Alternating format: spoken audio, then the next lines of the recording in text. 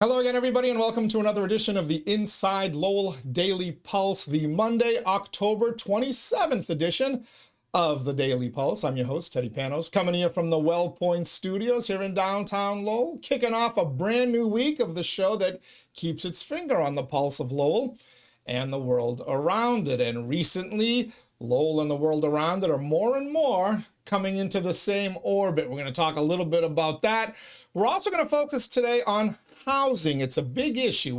We're now 8 days away from the election here in Lowell. Ballots are already flying, and candidate after candidate, whether they're an incumbent, whether they're a challenger, they're talking about housing, the housing crisis. Well, we're going to talk about the housing crisis a little bit today as well. And most importantly, what do we do to make it not a crisis anymore? And for that, let me bring in somebody who's probably forgotten more about housing than I have ever learned. Kathy Mercado.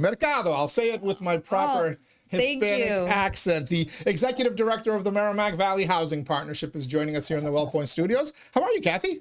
Well, thank you. I'm doing well, Teddy. Thank you so much for having me on today. It was a pleasure to be asked by you to join. I'm a newbie to Inside Lowell. You are, yeah. So this is my first go ahead with you, so I'm ready. Right. Shoot me with your questions. All right. Well, hopefully it's the first of many, because I'm excited about a lot of the things that are developing. You and I got to spend some time in Toronto. You were there as part of the your Urban Economy Forum thing. So you've probably learned a few things as well about housing that I wanna talk to you about. And we got so much to talk about, and we'll get to all of it with Kathy in just a quick second. First, let me thank my Daily Pulse sponsor. Speaking of housing, if you're looking to buy or sell a home, a business, or a commercial property, Ray Booten is the realtor you need to speak to. He's also a certified appraiser in both Massachusetts and New Hampshire as well, a licensed realtor in both of those states. Find him online, realestaterayBooten.com. That's realestaterayBooten.com. Thank you as well to WellPoint for hosting us here in the WellPoint Studios. It's the only health plan offering health care benefits exclusively to Massachusetts GIC members. At WellPoint, your whole health is their whole point. We thank WellPoint, we thank Ray, some other sponsors we're going to thank as well a little bit later on, but let's get right to it with Kathy Mercado from the Merrimack Valley Housing Partnership. So how long have you been with the organization, Kathy? Over a decade, almost 12 years now. So not all of it is the executive director. This is news to me right now. I knew you've been the executive director for a handful of years, right? About 3 years. But you were with the organization for over a decade. So tell us a little bit about your background. How did you come to join such an important organization here in our community? Well, I actually was a participant. I took the class several times before purchasing my own home. I was excited to join the organization. There was an opportunity to come in as a project coordinator, so the very entry level. It was a very boutique organization with just 3 employees. There was an opportunity, Maria Lopez, which is well known in the community. She retired, and I saw an opportunity, went for it, changed careers completely. And here I am.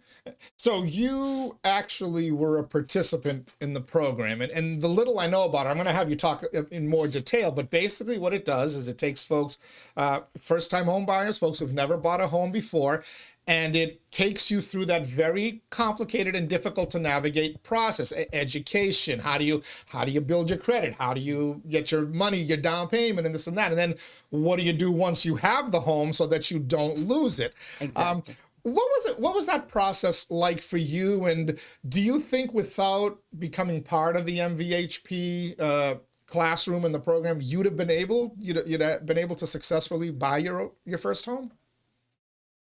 Maybe not. I honestly did not think that home ownership was in the picture for me. As a first generation home buyer, it was growing up in Lowell and in the Acre neighborhood specifically. That's where I grew up, proud of saying that I am an Acre. I was an Acre girl, now an Acre woman. But I never thought that home ownership, but I knew that I wanted to give my daughters something different. I wanted them to have that if you would still say the American dream, right? By owning your home. Some people think of that as taboo now, which I have a whole thing about that. However, but yes, MVHP, not only for myself, but for my adult two daughters that also own home ownership, we were able to break the cycle and, purchase a home. And so I'm glad you said the American dream, because to me, that is the American dream. You can keep taking it further. Maybe you invest and start your own business, or you start doing other things. But buying that first home, for so many immigrant groups, for so many people that grew up here in poverty and whatnot, that is the first step to realizing the American dream. And ultimately, home ownership is the first step towards getting out of that lower income level, the poverty level, and getting up into the middle class and wherever else life may take you. So I'm glad you mentioned that. How did the MVHP help you? And how are you now turning around and helping other people realize that dream? Well, not just only the classes. So the classes are intense. I mean, back then it was 4 nights until 9 p.m., but they start from the very basic things to the most challenging things that you would face as in home ownership. However, they do one-on-one counselings. Well, we do one-on-one counseling. That's when we really get into the personal details and help people with their credit, help people with their finances, help people with budgeting, and a slew of other things, because then people have this sense of comfortability with us, and we can help them with and connect them with other partners in the community. Okay. If I remember correctly, because I remember doing a bunch of interviews on the radio with your predecessors, it was Jim Wild, right? Yes. There's and Ziggy Burns from the old Sage Bank, now long gone, but Lowell Cooperative Bank even further back. Yeah. But there was also financial support along the way. I can't remember, is it direct money or in kind of putting the MVHP's name and clout out there so you can get you can buy the home with less of a down payment? How does that work? What are the different options that they can take? So one partner, a great partner that has always partnered with MVHP, is the city of Lowell. So if you're looking to purchase in the city of Lowell, whether you live here or you're moving here, the city of Lowell does allocate, and they do have a down payment assistance program. Now, this down payment assistance program is not a grant. It's 0% interest. You pay it upon refinancing of the home if you take out equity or if you sell the home. But other than that, I like to tell our participants that it's money borrowed for free. Which is a pretty good little rate. So what happens after once you've helped somebody secure the first home? Once you secured your first home, does the MVHP offer some support afterwards as well? Because to me, that's when the challenge really begins, right? You might be able to scrape and borrow enough to get that home, but now how the hell do you keep up with all the expenses of what oftentimes become money pits? What kind of support is available afterwards? So afterwards, once you purchase a home, we make sure that we set them up with a mission-driven team. Right? So during the home buying purchase. But afterwards, what we do is we also do a follow-up with them. We keep in touch with them. If they run into an issue, they call us. Like, for instance, if your taxes are included in your mortgage payment, which we say this over and over again during the classes, they'll receive a tax invoice from the city, and many people end up paying that, even though we told them not to, right? Mm-hmm. We also send out information periodically. Please remember to always search for new homeowners insurance, because that's something else that's included in your mortgage payment. And, they go up, but you have the opportunity to change that to lower your mortgage payment, because that's all included. So there's many ways. If they need assistance with looking for a plumber, an electrician, we have a Rolodex. Can we still use that word? Yeah. We have a Rolodex. Careful, people are going to start to think you're as old as me. Don't use that word. I think we should bring it back. But yes, we continue to assist families throughout the buying process and afterwards as well.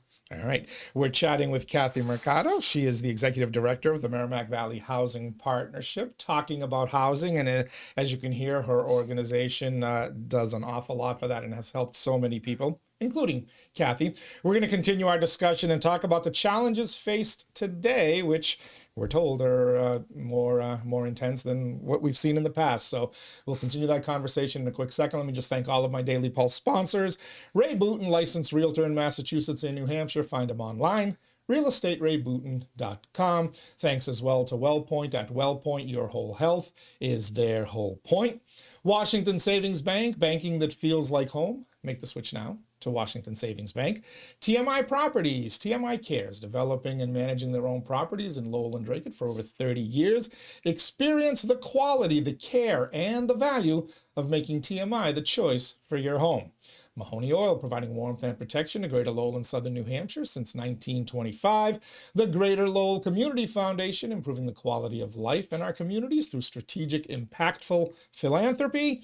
And by Francis E. Preventure Insurance, the agency Greater Lowell has counted on since 1982 to ensure its most valuable assets. Thank you to our sponsors. Thanks again to Kathy Mercado. So, all right, housing crisis over and over again. You hear it from our local leaders. You hear it from our state leaders.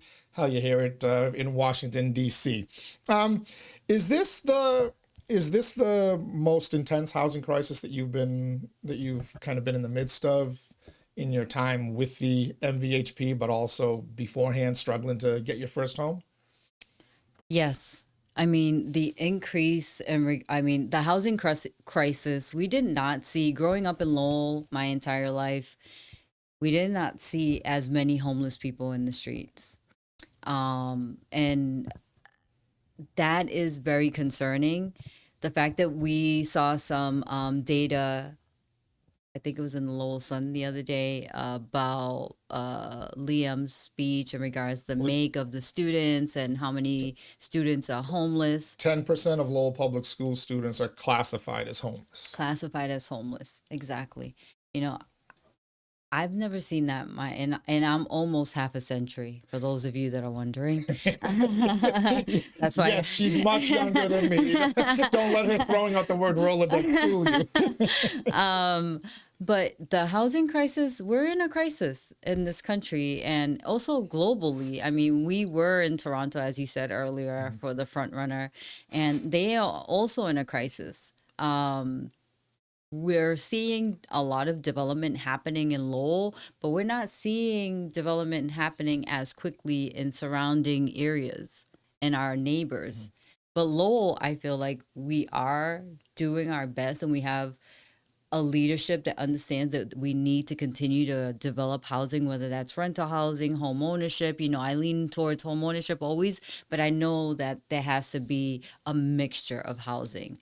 And I think that Lowell is doing a great job in developing housing, but I think the homeless crisis is it's a harder thing to deal with at this moment. Yeah, so there's two components to this, right? You mentioned the homeless crisis. I feel it's rolled into mental health and addiction issues. So that's kind of its own challenge there. And I think home ownership for that subset is kind of a dream for a little bit further off. They've got other things that need to be taken care of, getting the services they need, and then having the roof over their head. How about for those who are just kind of struggling? They're working at the lower levels of income, and they need to have a roof over their head. What are you doing now? Any different than what's traditionally been done by the MVHP, or what other tactics are you learning about that you'd like to implement to see trying to get the ball rolling for these folks? So what we're doing at MVHP, I mean, we added services to what we do.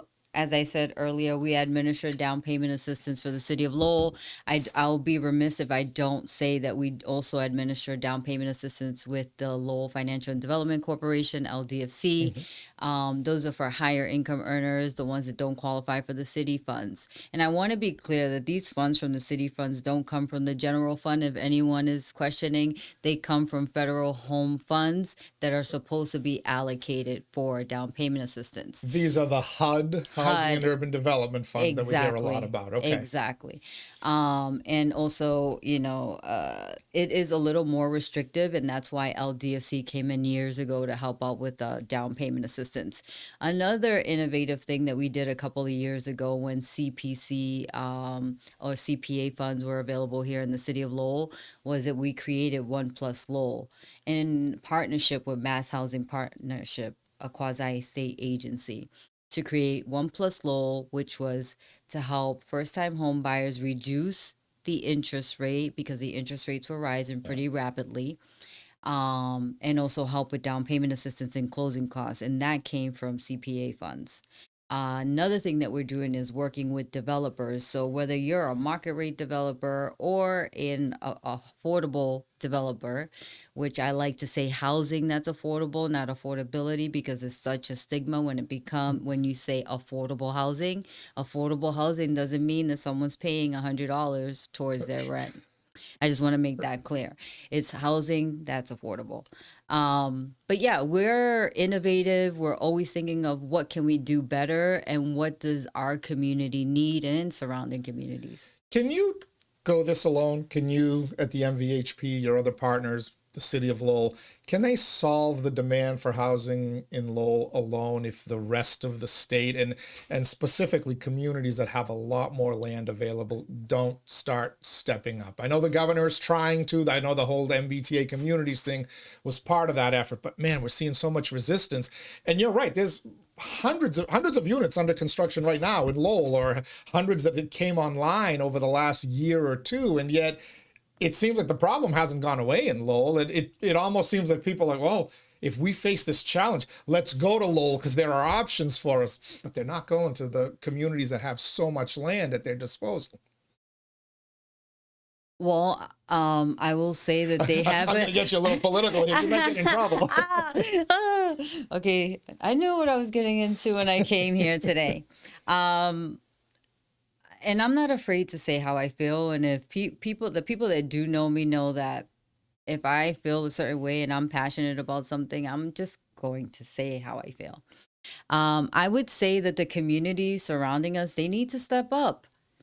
It's not only our problem. And I would say that, yes, Lowell continues to grow. But as I said, I don't know who watched that video, but for the Frontrunner video, we have always been the first of so many things. Right. And that is shown today with the current leadership and with the community, that we are the first, and we should not be carrying this burden. We need to learn how to speak with one another and figure out this problem together. Right. So to your question, the surrounding community should do more. I mean, it's like, do better, please. So, by the way, I'm glad you mentioned that video, because I said this to you in Toronto when the city had put together some presentations for the Urban Economy Forum and for the Frontrunner city representatives. And one of them was a video, and all these politicians, these guys like Tom Golden who've spent a lifetime in politics, city councilors who've spent decades in politics, they all gave a quick 30-second to a minute speech or presentation. You were the only one who did it without a teleprompter, and it came from the heart as opposed to a prepared speech. You were really good on that. I encourage people to seek that out. It's on the City of Lowell's, I think, their website and their Facebook page as well. Yeah. Oh, it's a huge compliment. Thank you so much. And it did come from the heart. It came from my heart. We love this city, right? The people that are from Lowell, the people that come to establish roots here, that it's something about Lowell. I don't know what it is, but even people that they grew up in Minnesota or Ohio and they moved to Lowell, it's just something about Lowell. Now, the people that have never lived in Lowell or experienced Lowell the way that you and I have, they don't get it. It's like, oh, Lowell. Well, hopefully they'll be thinking differently about us. But let me make, I don't want to tick anybody off. it's not that what the elected officials and government officials were saying didn't come from the heart. I know they did. They wrote their things, but they were, you become a slave to the teleprompter. I've seen it in the TV biz as well. And when you're forced to kind of ad lib, you struggle with it. Whereas you just spoke. And that, I think that speaks to your knowledge of the city, but also the subject matter, housing. So it shows in that video. Thank you. I also think it's culturally, we're known to ad-lib and sing that way too, just culturally. So maybe that comes somewhere inside of me. But honestly, it comes from the love that I have. And again, I'm sure that everyone else that was reading through a teleprompter, and it was really quick. I'll tell you, it was like in and out. I know we all love Lowell, even if you're reading from a teleprompter. Now, I want to talk a little bit, backtrack for 1 second before we talk about what the future holds in store. But you touched on it, the other communities need to step up. Here in Massachusetts, you have certain realities. While Lowell, there are communities that have more land than Lowell, the state as a whole is very small and doesn't have as much land as other states in the union. We have certain building codes. We expect a higher standard of construction and buildings and fire codes and HVAC and all this, and also our labor requirements. We believe that people who are going to do this work of building housing or any other projects, they do so with a certain minimum, they need to be paid a decent amount, a standard of living. They have to have certain workplace requirements. So how do you create affordable, actually, I'm going to change my wording here because of you. How do you change housing? How do you build housing that's affordable in a state where it's just so expensive to do anything, let alone build housing that's affordable? It's important to seek out the people that know what's out there in order to make these projects happen, right? For instance, being involved with Acre Crossing, that was a big task, and that took partnerships and expertise, and working with developers that actually listen to the people that are in this world, right? And looking at different resources and making sure that you're layering different type of programs in order to make this a viable product. That was with the Commonwealth Builder Program. That's something that we should continue to support and fund at the state level. That was with the Federal Home Loan Bank of Boston funds.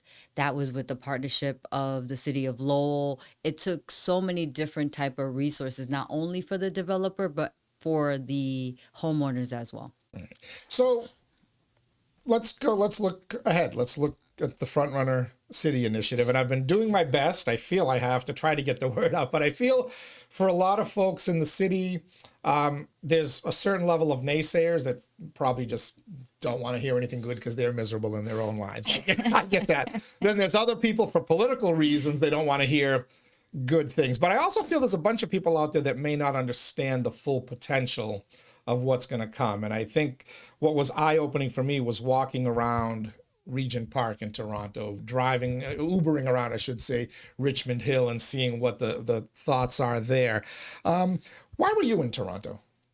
Kathy, you're not a politician, you're not a media member. Why were you in Toronto? Well, I appreciate the mayor for asking me to join. He thought that me being present as the executive director of Merrimack Valley Housing Partnership was beneficial.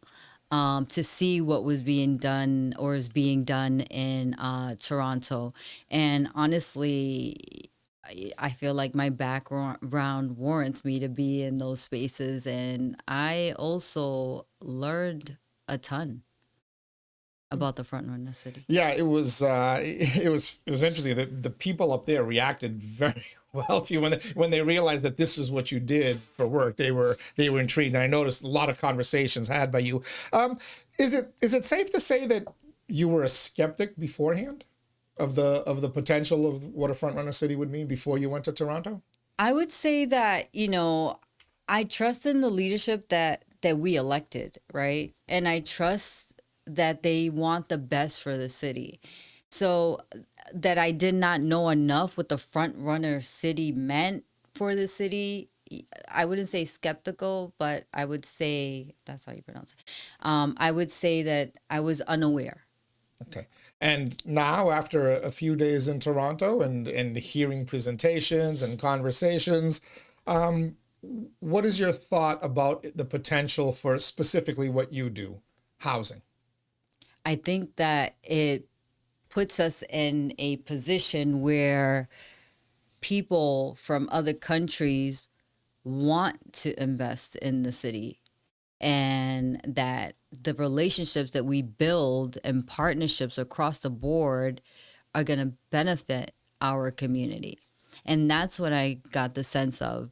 And just walking those streets of Toronto, especially Regent Park, it was like walking in the acre. I mean, the nostalgia and the sidewalks and the buildings and what they were able to do in that community, you know, was amazing.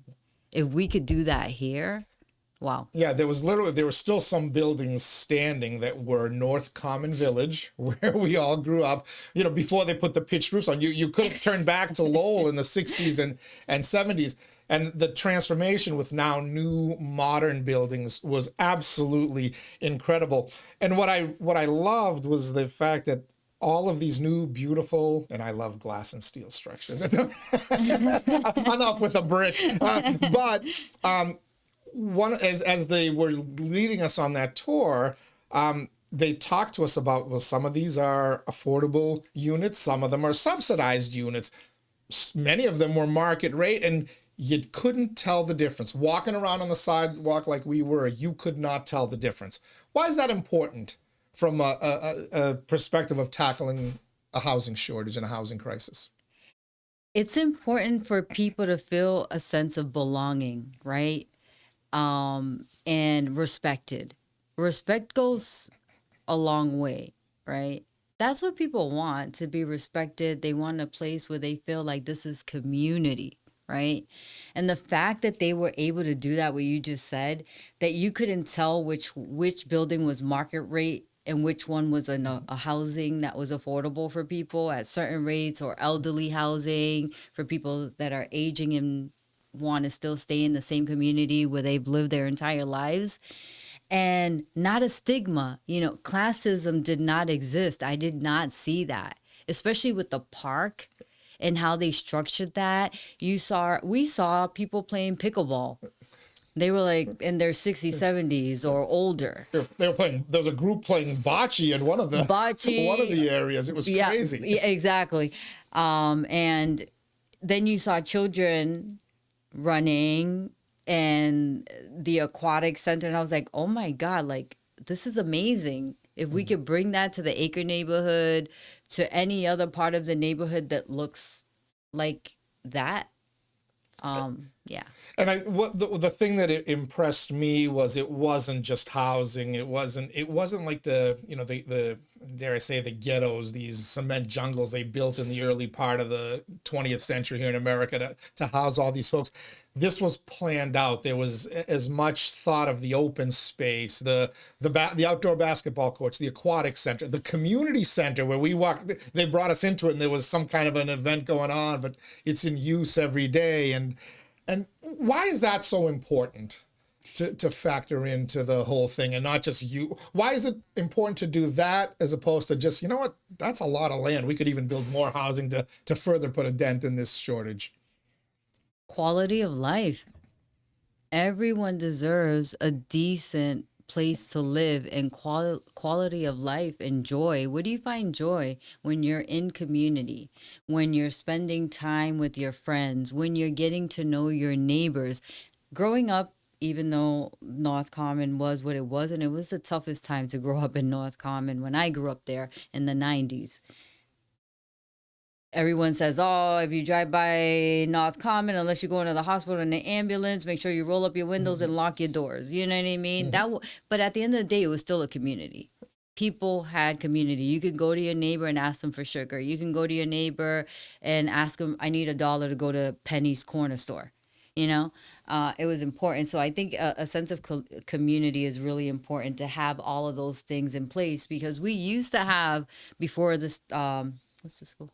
The school that's in The the north. Stocklosha? Stocklosha. Oh, no, the Merklet. Merklet. Merklet. It used to be just park open space, which we also need schools. However, and we still have some we have plenty of green space, but it was very much a place where people would go and enjoy some quality time with their community and their friends. So how do you envision the Frontrunner City Initiative in your world? Housing, I'm more excited about the commercial and that type of development and the other stuff. But from a housing standpoint, how do you see the Frontrunner City Initiative, the designation, helping you and the Merrimack Valley Housing Partnership in what you do? Well, bringing developers into the community with intention, right? With a purpose of creating housing, not just for one set group of individuals, but for everyone, inclusive, right? Inclusive of all the types of people and walks of lives and that's what Lowell is, right? We have so many people from so many different backgrounds, and we need all those people in our community.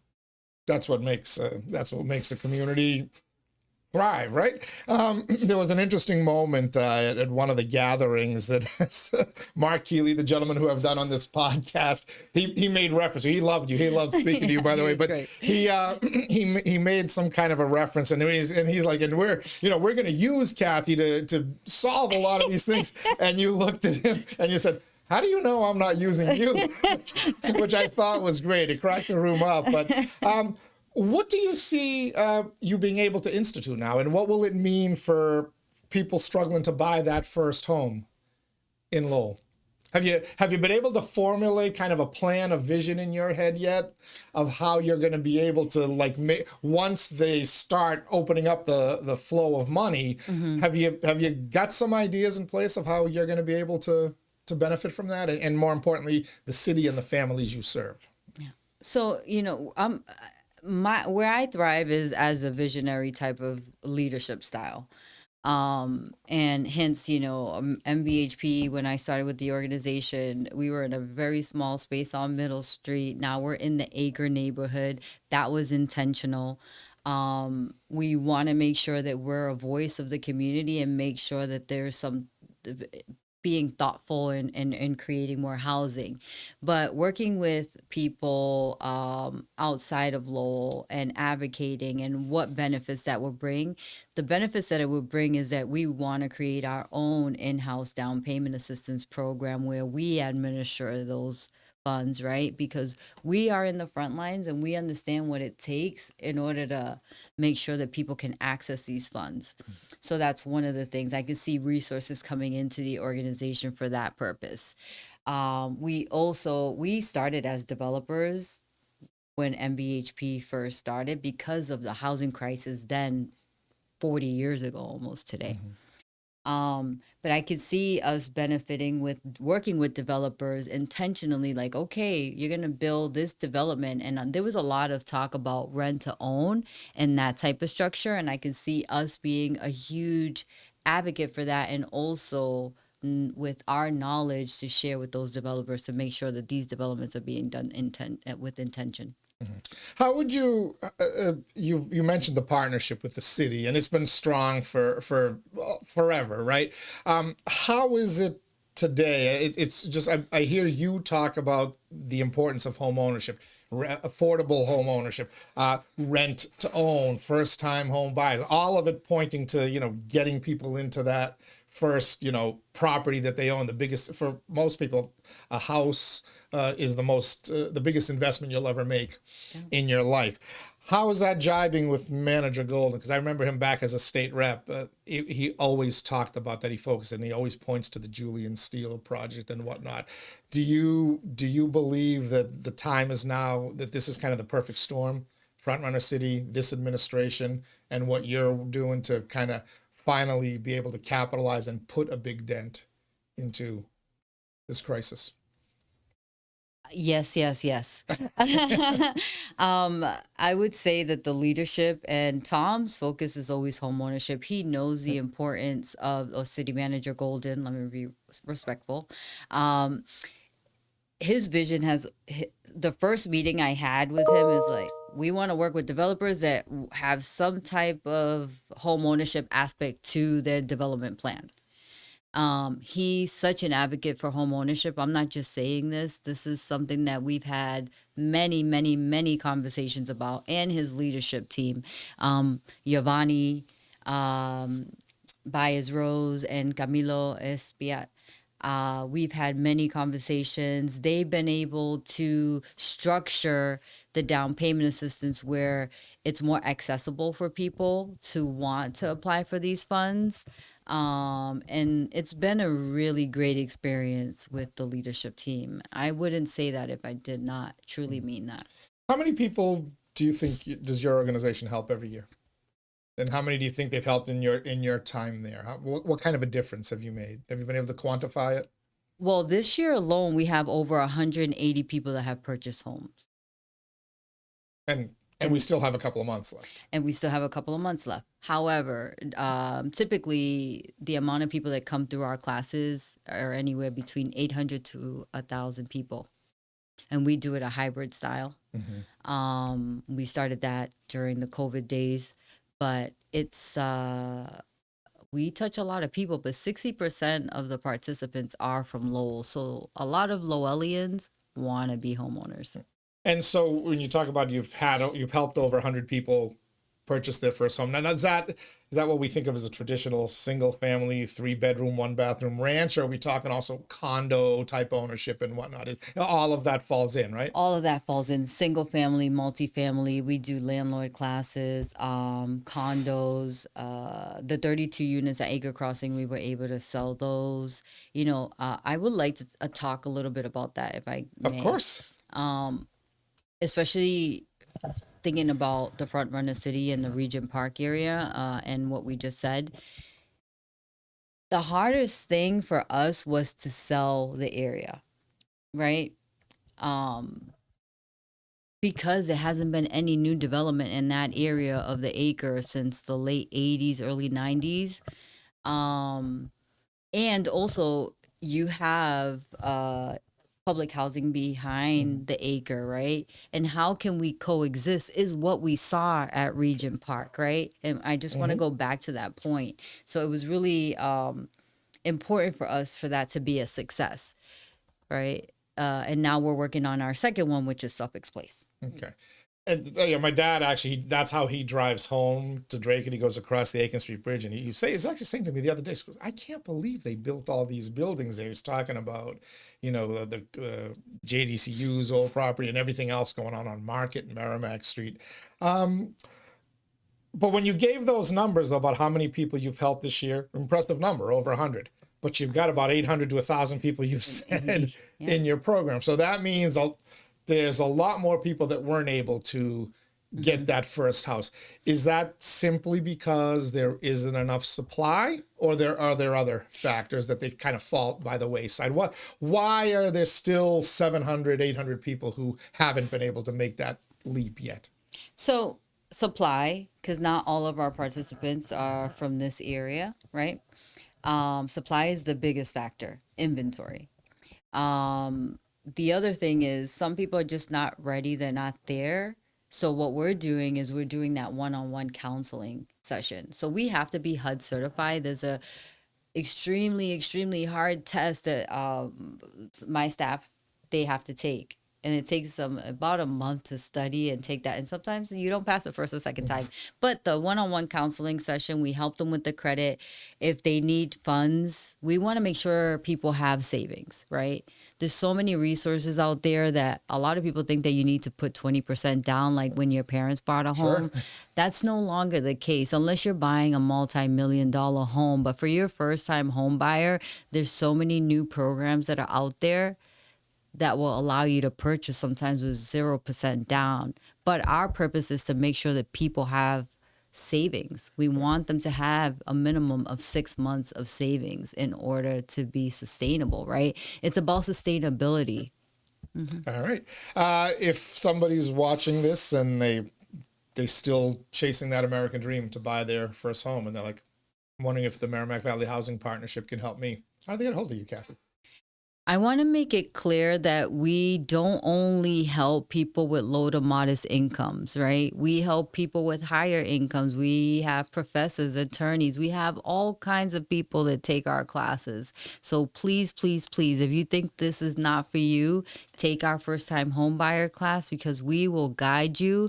We are a nonprofit. Our interest is that you become a homeowner. That's the most important thing to us as an organization. We're not based off commission. Nothing against the people that are commissioned because those are my friends. But if you want to get a hold of us, please visit us at mvhp.org. That's Merrimack Valley Housing Partnership.org. Our telephone number is 978-459-8490. Or you can visit us. We're open from 8 to 4 on weekdays, and we are located at 664 Merrimack Street. You don't need an appointment. Come in. We'll assist you. We'll take your name down, and we'll set you up with an appointment. But, yeah, we're here to help. We're here to help with the housing crisis and to answer your questions. All right. Kathy Mercado, the Executive Director of the Merrimack Valley Housing Partnership. Good stuff. Great information. While I thought I knew the scope of what you guys did, I learned a little bit more myself just from this podcast. I can't wait for people to see what the future holds in store for the city. I can't wait for those first few announcements and buildings and open spaces and all that, community places to get built. I think that will. I think it's going to be eye-opening for people, kind of like your eyes and mine were opened as well. Absolutely. All right. Thanks for joining us. All right. You'll be back here more often. We're going to get you in here. Okay. I didn't get you into any trouble this time, so we'll get. Okay. That's okay. Good trouble. All right. We like it. Thank you so much. Thank you to Kathy Mercado. Thank you to you for tuning in as well here to the Inside Lowell Daily Pulse. Tomorrow, we're going to be joined by City Councilor Corey Robinson, another person who was in Toronto with yours truly, and with Kathy. We'll get his kind of thoughts on this. I think it's important to get this information out because it's troubling to me that I'm not seeing more people understand the benefits of this, and I think they're gonna miss out on the rebirth of this city if they're not careful. On Wednesday, we'll have Matt LaLatcher here. Speaking of people in Toronto with us, we'll talk to Matt about so much else. On Thursday, we're going to have a debate for you. The District 4 City Council candidates. No, not District 4. I apologize. That was last week. The District 8 City Council candidates, John Dakota and Marcus Candido, will be here. Also on Thursday night, we'll have the District 7 candidates, Paul Ratayem and Sidney Liang with us as well. And then Friday, of course, the special Halloween edition of the Daily Pulse Live. So we got a full week of programming here, informative, sometimes entertaining. I find it entertaining anyway. Till next time, everybody stay safe. Enjoy this very nice, albeit a little bit cool, fall day. And we'll see you on the other side.